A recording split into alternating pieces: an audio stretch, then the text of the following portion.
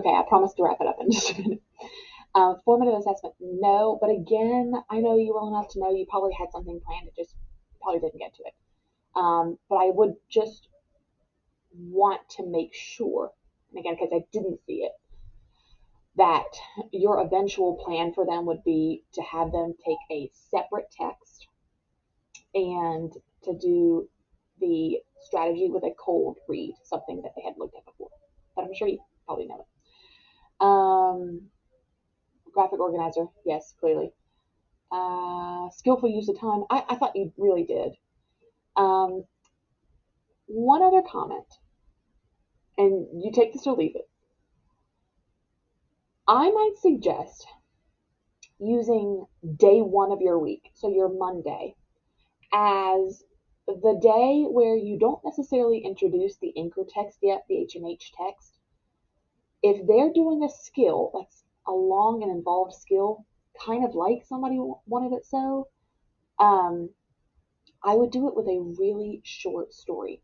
So, like for example, I might take a story that's a paragraph long. I know it's got character settings, I know it's got a problem and solution, and I would model my mini lesson with a really, really short text, allow them to partner with a really, really short text, and allow them to write independently with a really, really short text.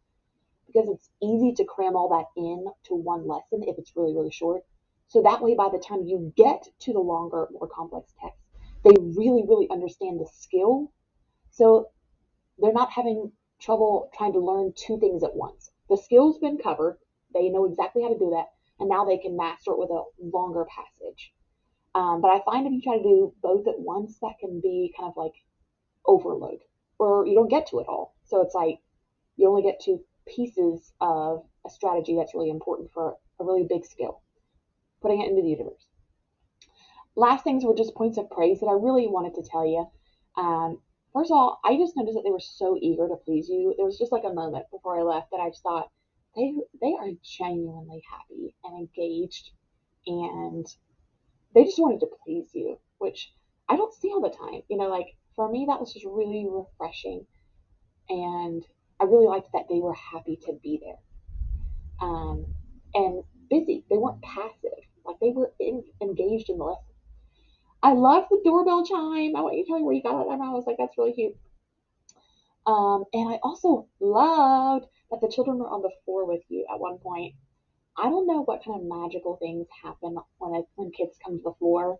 I don't know if it's just movement, and so that's really, really helpful because like kids need to move, or if it's just being close to their teacher or being close to each other. But something magical happens when kids come to the floor, and so I really enjoyed that piece and that you had them do that. Okay, so what I would like you to do in response to these three videos, I'm so sorry, is to pick whatever it is from the yellow that you'd like to say, Rachel, these things I agreed with and I actually do, I would like to include them or attempt them. So please respond with those things.